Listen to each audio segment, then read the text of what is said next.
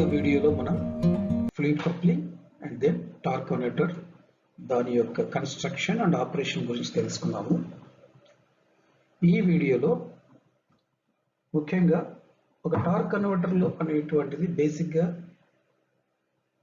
ఎటువంటి ఫేసెస్లో అది పనిచేస్తున్నటువంటిది, అలాగే ఫ్లూయిడ్ కప్లింగ్ మీద టార్క్ కన్వర్టర్కు ఉన్నటువంటి అడ్వాంటేజెస్ ఏంటి, లేదా ఆ రెండింటికి ఉన్న తేడా ఏంటి అనేటువంటిది ఈ వీడియోలో మనం తెలుసుకుందాం.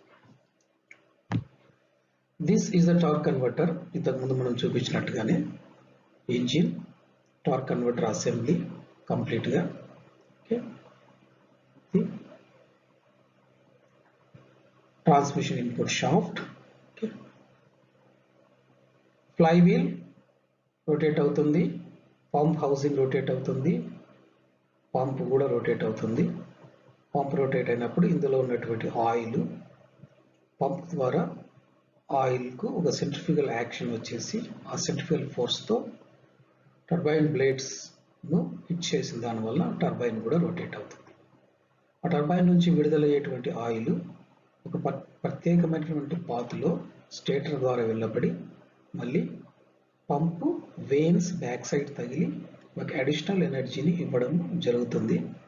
అంటే ఒక రెసిస్టెన్స్ క్రియేట్ చేయకుండా సో ఇంజిన్ నుంచి వచ్చే పవర్కు ఒక అడిషనల్ ఎనర్జీ ఇవ్వడం జరుగుతుంది. మరియు ఈ స్టార్టర్లో ఫ్రీ వీలింగ్ స్టార్టర్ అని, ఆ ఫ్రీ వీలింగ్ యాక్షన్ ఎప్పుడు వస్తుంది అనేది కూడా మనం నేర్చుకున్నాం. ఇక్కడ ముఖ్యంగా ఈ వీడియోలో మనం ఏం చెప్పుకుందామంటే, టార్క్ కన్వర్టర్ పనిచేసేటప్పుడు అది జనరల్గా 3 ఫేజ్ల్లో పనిచేస్తుంది. ఇప్పుడు ఒక ఫేజ్ అంటే స్టాల్ ఫేజ్ అంటాం దాన్ని. ఆ స్టాల్ ఫేజ్ అని ఎప్పుడు అంటారంటే, ఈ పంపుకు మాత్రమే మనం డ్రైవ్ ఇచ్చి టర్బైన్ను స్టాల్ చేసినప్పుడు, అంటే టర్బైన్ తిరగకుండా బ్రేక్ వేసినప్పుడు దాన్ని స్టాల్ ఫేజ్ అంటాం. ఈ టర్బైన్కి ఎలా బ్రేక్ వేస్తాం మనము? ఒకసారి మనం ఒక వెహికల్కి బ్రేక్ వేస్తే వెహికల్ వీల్స్ బ్రేక్ అవుతాయి, దాని ద్వారా డిఫరెన్షియల్ కూడా బ్రేక్ వేయబడుతుంది, దాని ద్వారా ప్రొపెల్లర్ షాఫ్ట్ అండ్ ట్రాన్స్మిషన్ కూడా బ్రేక్ అప్లై చేయబడుతుంది.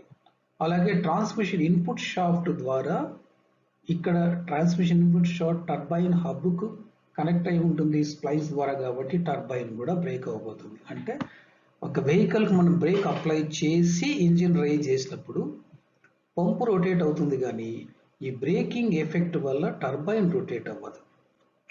పంప్ ఏమో దీన్ని టర్బైన్ రొటేట్ చేయాలని శతవిధాలా ప్రయత్నిస్తుంది, పంపులో ఉన్నటువంటి ఫ్లూయిడ్, బట్ ఈ బ్రేక్ అప్లై చేసిన దానివల్ల ఇది రొటేట్ అవ్వదు. This is called the stall phase. ఈ స్టాల్ ఫేజ్లోనే మ్యాక్సిమం టార్క్ ఇక్కడ మల్టిప్లై అవుతుంది అన్నమాట. ఎందుకు? దీన్ని రొటేట్ చేయాలని ఇది ప్రయత్నం చేస్తుంది, నేను రొటేట్ అవ్వను అని చెప్పి బ్రేక్ చెప్తూ ఉంటుంది అనమాట. అందుకని ఫ్రీగా రొటేట్ అవుతే టార్క్ మల్టిప్లికేషన్ అక్కర్లేదు. With little efforts this turbine will rotate. So ఇక్కడ మ్యాక్సిమం టార్క్ మల్టిప్లికేషన్ జరుగుతుంది ఎప్పుడు? స్టాల్ ఫేజ్లో. స్టాల్ ఫేజ్ అంటే మిషన్కి బ్రేక్ అప్లై చేసి ఇంజిన్ రైజ్ చేయడం. ఇక్కడ గుర్తుంచుకోవాల్సిన విషయం ఏంటంటే, ఎప్పుడు కూడా స్టాల్ స్పీడ్ చెక్ చేసేటప్పుడు 60 సెకండ్లకు మించి చెక్ చేయకూడదు. దానివల్ల చాలా దుష్పరిణామాలు ఉంటాయి. అంటే ఈ ఫ్లూయిడ్ ఓవర్ హీట్ అవ్వడము, ఫ్లూయిడ్ విస్కాసిటీ డ్రాప్ అవ్వడము, అట్లాగే సీల్స్ లీకేజ్ అవ్వడము, అలాగే ఈ చాలా ప్రిసైజ్ అండ్ థిన్ ఈ బ్లేడ్స్ ఏవైతే వేల్స్ అవి డ్యామేజ్ అవ్వడం జరుగుతూ ఉంటుంది. సో ఇంకొక స్టాల్ టెస్ట్ ద్వారా కేవలం టార్క్ కన్వర్టర్ ఫంక్షనే కాకుండా ప్రైమ్ మూవర్ ఎఫిషియన్సీ కూడా మనం తెలుసుకోవచ్చు. ప్రైమ్ మూవర్ ఎఫిషియన్సీ ఎలా తెలుసుకోవచ్చు అంటే, ఈ స్టాల్ ఈజ్ నథింగ్ బట్ ఇక్కడ break because of this churning action ఇక్కడ కూడా ఒక రకంగా పంపు మీద ఒక బ్రేకింగ్ ఎఫెక్ట్ ఉంటుంది. సో అనుకున్న అంతటి ఆర్పిఎం ఇంజిన్ ఇస్తుందా లేదా అనేటువంటిది స్టాల్ స్పీడ్ ద్వారా కూడా చెక్ చేసుకోవచ్చు మనం. ఇది స్టాల్ ఫేజ్ అంటారు.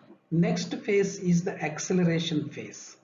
యాక్సిలరేషన్ ఫేజ్ ఏంటంటే, ఇనిషియల్గా అంటే ఇక్కడ బ్రేక్ ఏం లేదు, ఇంజిన్ రన్ అవుతుంది, ఇంజిన్తో పాటు ఇది రన్ అవుతుంది, కానీ ఈ టర్బైన్ స్పీడ్ పికప్ అవ్వడానికి కొంచెం టైం పడుతుంది.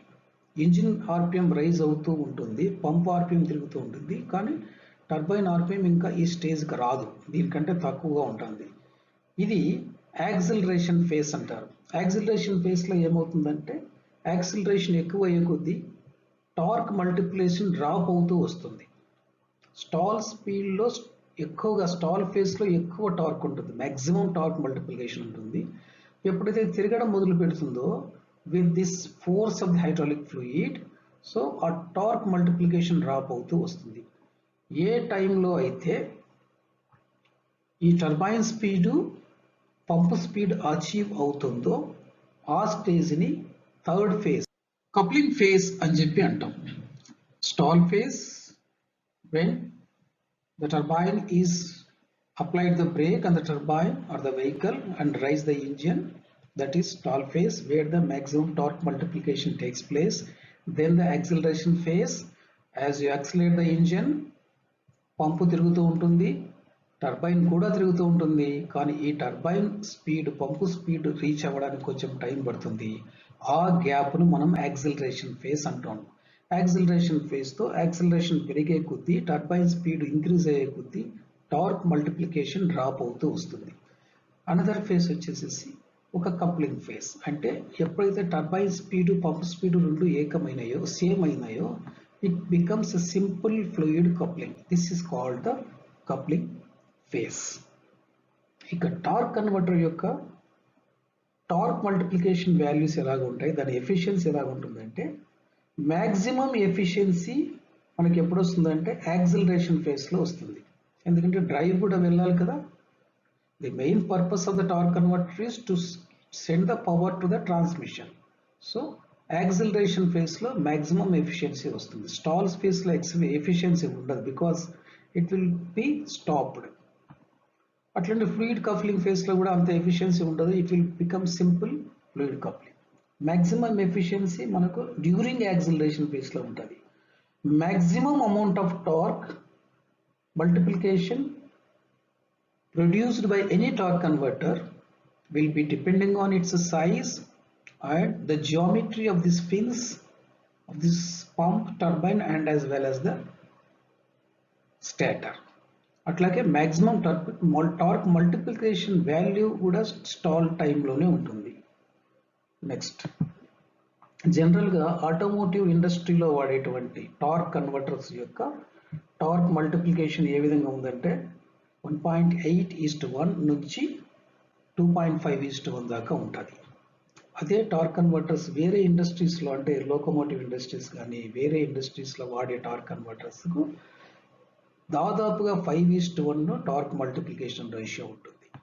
This is about the various faces of the torque converter, efficiency and as well as the torque multiplication. Next, the superiority functions are the advantages of the torque converter over the fluid coupling. Ee figure emo simple fluid coupling. This is pump, that is input device. This is turbine, output device. దీంట్లో ఏం లేవు కదా, ఇది rotate అయినప్పుడు ఇది rotate అవుతుంది. Simple, only 2 components. ఇక్కడేమో 3 components. Another additional component stator, అది కూడా మరియు ఫ్రీ వీల్ స్టేటర్. ఇంకా కొన్ని మోడల్స్ మనం అనుకున్నట్టుగా ఇంకొక additional component, that is lockup clutch. So ఇవన్నీ కూడా ఎఫిషియన్సీ పెంచేదానికి ఉపయోగపడేటువంటి additional parts. That is first point. Next difference ఏంటంటే ఫ్లూయిడ్ కప్లింగ్ అనేటువంటిది హైడ్రాలిక్ పవర్ ట్రాన్స్మిషన్స్, అంటే హైడ్రాలిక్ ఫ్లూయిడ్ ద్వారా పవర్ ట్రాన్స్మిషన్ చేసేటువంటి దాంట్లో మొట్టమొదటిది. ఈ టార్క్ కన్వర్టర్ వచ్చినటువంటిది development of the fluid coupling with technology advancement, అదొకటి. నెక్స్ట్, ఈ స్టాల్ స్పీడ్ ఫ్లూయిడ్ కప్లింగ్లో ఎక్కువగా ఉంటుంది టార్క్ కన్వర్టర్ కంటే. ఎందుకు ఎక్కువగా ఉంటుందంటే ఇందులో స్టేటర్ ఉండదు. స్టేటర్ వల్ల కూడా కొంచెం బ్రేకింగ్ ఎఫెక్ట్ ఉంటుంది, బికాస్ ఆఫ్ ద స్టేటర్ ఉండదు కాబట్టి ఇందులో స్టాల్ స్పీడ్ ఎక్కువగా ఉంటుంది. దీంట్లో డ్రైవ్ స్లిప్పేజ్ కూడా ఎక్కువగా ఉంటుంది. ఎఫిషియన్సీ స్లిప్పేజ్ ఎక్కువ ఉంటుంది కాబట్టి ఎఫిషియన్సీ టార్క్ కన్వర్టర్ కంటే తక్కువగా ఉంటుంది. ఇందులో టార్క్ మల్టిప్లికేషన్ నిల్ ఉంటుంది, వేరేస్ ఇందులో టార్క్ మల్టిప్లికేషన్ ఉంటుంది. టార్క్ కన్వర్టర్లో టార్క్ మల్టిప్లికేషన్ ఉంటుంది, ఫ్లూయిడ్ కప్లింగ్లో టార్క్ మల్టిప్లికేషన్ ఉండదు. ఇంకా కొన్ని maintenance tips about the torque converter. ఎప్పుడైనా సరే టార్క్ కన్వర్టర్లో కరెక్ట్గా రికమెండెడ్ గ్రేడ్ ఆయిల్ మాత్రమే వాడాలి. Because any torque converter oil is made with some special additives to withstand for this temperature, to withstand its properties for the temperature. అందుకని correct grade oil వాడాలి. Recommended ఇంటర్వెల్లోనే oil మారుస్తూ ఉండాలి. పొరపాటున కూడా oil change intervals extend చేయకూడదు. Next cooling system ఏదైతే ఉంటుందో ప్రతి ఆటోమేటిక్ ట్రాన్స్మిషన్కు టార్క్ కన్వర్టర్కు ఆయిల్ కూలింగ్ సిస్టమ్ ఉంటుంది, ఆయిల్ కూలర్ ఉంటుంది. అది ప్రాపర్గా ఫంక్షన్ చేస్తుందా లేదా, డస్ట్ ఏమైనా అక్యుములేట్ అయ్యిందా అనేటువంటిది ఇంపార్టెంట్. ఆ కూలింగ్ సిస్టమ్ సరిగ్గా లేకపోతే ఆయిల్ టెంపరేచర్ పెరిగిపోయి ఆయిల్ సీల్స్ ఇంకా మిగతా ఏమైనా రబ్బర్ కాంపోనెంట్స్ ఉంటే అవి లీక్ అయిపోయి దాని తర్వాత ఎఫిషియన్సీ మొత్తం డ్రాప్ అయిపోతుంది. ఫర్దర్గా ఆయిల్ టెంపరేచర్ ఎక్కువ అయిపోతే ఆయిల్ విస్కాసిటీ డ్రాప్ అవుతుంది. ఎప్పుడైతే ఆయిల్ విస్కాసిటీ డ్రాప్ అవుతుందో ఆల్ ప్రాబ్లమ్స్ విల్ స్టార్ట్. ఒక్కోసారి ఈ పంపులో ఉన్నటువంటి లేదా టర్బైన్లో ఉన్నటువంటి వెయిన్స్ కూడా డ్యామేజ్ అయ్యేటువంటి ప్రమాదం ఉంది ఆయిల్ ఓవర్ హీట్ అయితే. సో అందుకని కూలింగ్ సిస్టమ్ థరోగా మెయింటైన్ చేయాలి. తర్వాత మనము ఫ్రీక్వెంట్గా తరచుగా స్టాల్ టెస్ట్ చేయడాన్ని మనం మానుకోవాలి. ఏదో అత్యవసరమైనప్పుడు మాత్రమే స్టాల్ స్పీడ్ చెక్ చేయాలి, కానీ ఫ్రీక్వెంట్గా స్టాల్ టెస్ట్ చేయడం వలన టార్క్ కన్వర్టర్ ఇంటర్నల్ కాంపోనెంట్స్ తొందరగా పాడైపోయేటువంటి ప్రమాదం ఉంది. ఇవి about the torque converter faces, దాని ఎఫిషియన్సీ, అలాగే టార్క్ మల్టిప్లికేషన్ వాల్యూస్ మరియు differences between the torque converter and the fluid coupling. మనం రాబోయే వీడియోస్లో we will discuss about the automatic transmissions. మీకు ఏమైనా సందేహాలు కానీ ప్రశ్నలు కానీ ఉంటే ఈమెయిల్ ద్వారా నన్ను సంప్రదించండి.